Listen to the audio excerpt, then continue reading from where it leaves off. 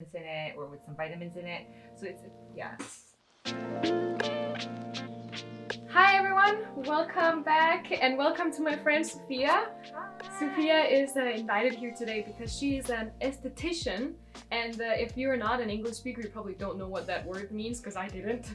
But it's the skincare professional right here, guys, like with a paper and everything. So to make a video where you like answer some of you guys' questions. So you guys have a lot of questions.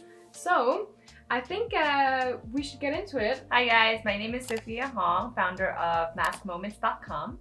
I have obviously a sheet mask company. It's a sheet mask made of coconut gel. So it's like environmentally, environmentally friendly. You guys will appreciate it's biodegradable.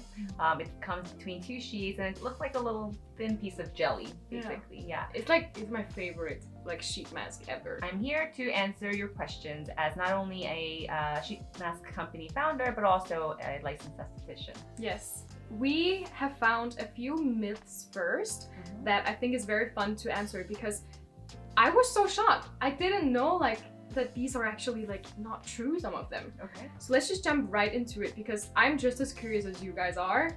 The first one is only dry skin people can use oils. This is a really popular myth because people think, oh, I'm too oily, I can't put on oils.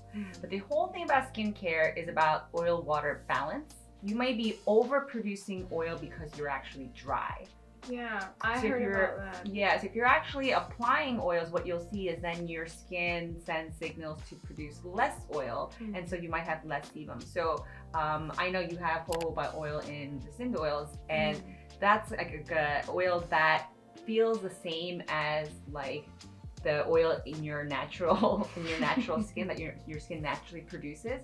So then your brain thinks, okay, I have enough oil, I don't have to produce enough. Yeah. So putting that oil on could actually be helping balance, balancing that oil-water balance. So it's more about the balance than I can't wear it if I'm oily. So that's not true. Yeah, makes sense. You know, if you want to replace like your own sebum contra and like a nutrients oil, what would you rather prefer? Of course, the nutrient oil. Actually, what happens is people who have blackheads actually sometimes massage their pores with oils to really cleanse out the oil. So it's oil pushing oil, right? I heard jojoba and the Røde oil and such are good for that. Yes, and you have jojoba in yours. That's right, I do. Yeah. I made this specifically to be good for you who have like concerns about oily and acne prone skin. If you're allergic to any kind of oils, or if you're afraid of oils, jojoba oil is the oil to stick to. Yes. So, see.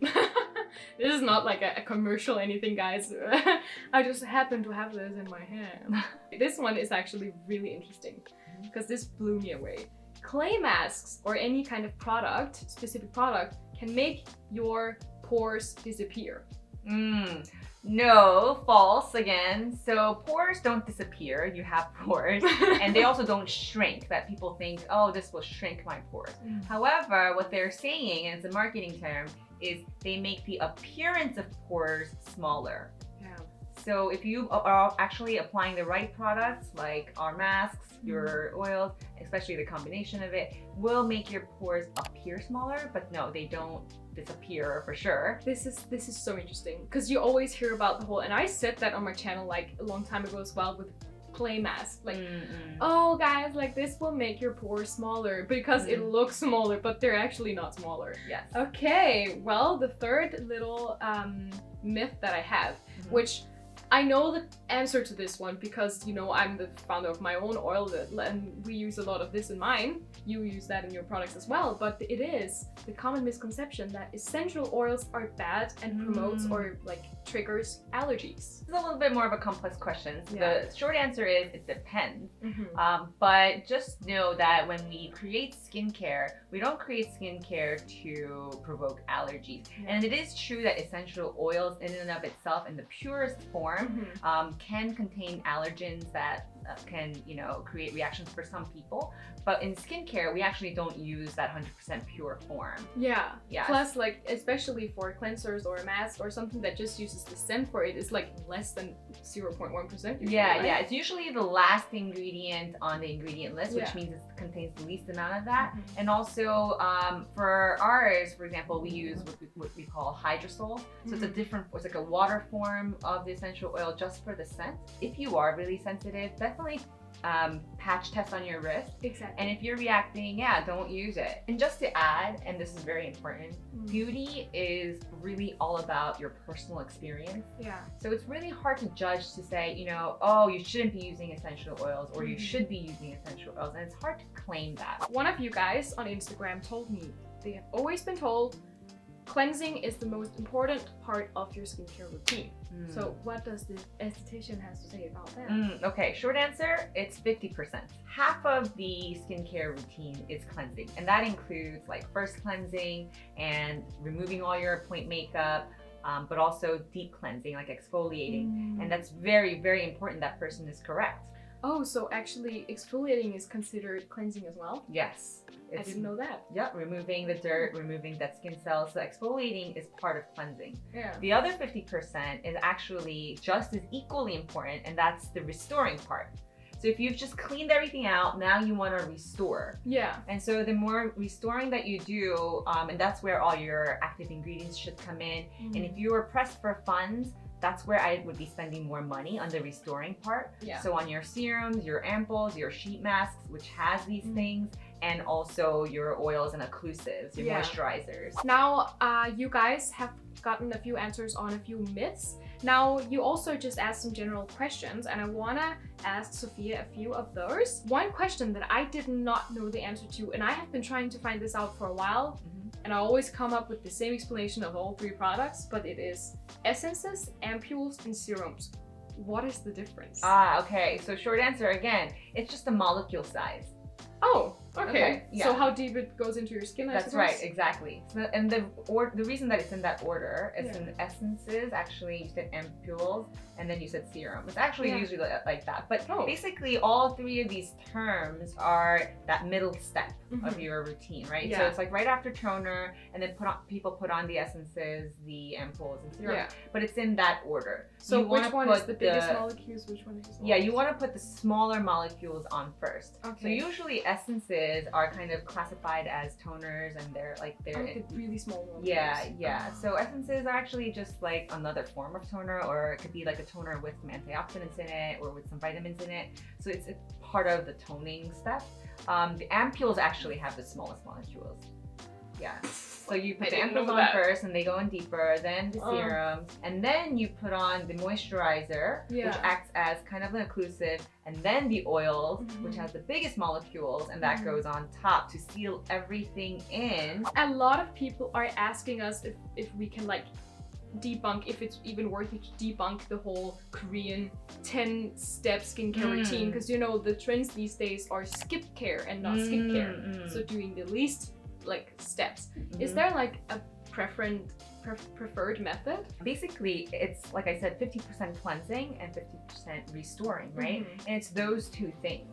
And so if you think of it like that, it really depends on your personal skin goals. And so what you want to do is you want to think of a goal. So let's say yours is acne, and let's say mine are, let's say, blackheads. Then you tailor the whole 10-step process, 4-step process, however many you want, around the goal, skin goal that you have, making sure that you're always cleaning, including exfoliating, and then restoring. So if you're doing those two things, as long as you're doing it, it doesn't matter how many steps. I have one last question that I know a lot of you guys have a question as well, because this is like a common, it's also like a myth, I suppose. No, I forgot it. Okay, wait, hold on. Woo! What was it I was going to ask you? Okay, hold on, I have it right at the tip of my tongue. It's coming. Skincare routine? Oh yes, now I know it. Now I remember it. Can your skin get, if you overuse a certain product, can it get used to the product to the point where your skin no longer benefit from it? Oh, the tolerance part of it. Like people Yeah. say, oh, you're just gonna get... Actually, okay, so I actually think the opposite. I actually think if you want to get the best benefit of a product, you need to give it the full skin cycle, which Okay. means like generally it's like 28 days, depending on how old you are. The skin turnover rate is the time in which new skin cells develop. And then it becomes old and it becomes a dead skin cell and then you want to remove it. Okay. So it's like a full 30-day cycle. Okay. And I mean, most people use a product for more than 30 days. So I suppose your skin can't really get used to it. You think that people don't, people actually stick to a product for 30 days, but actually they don't. They don't? No, what they do is they skip around all the time.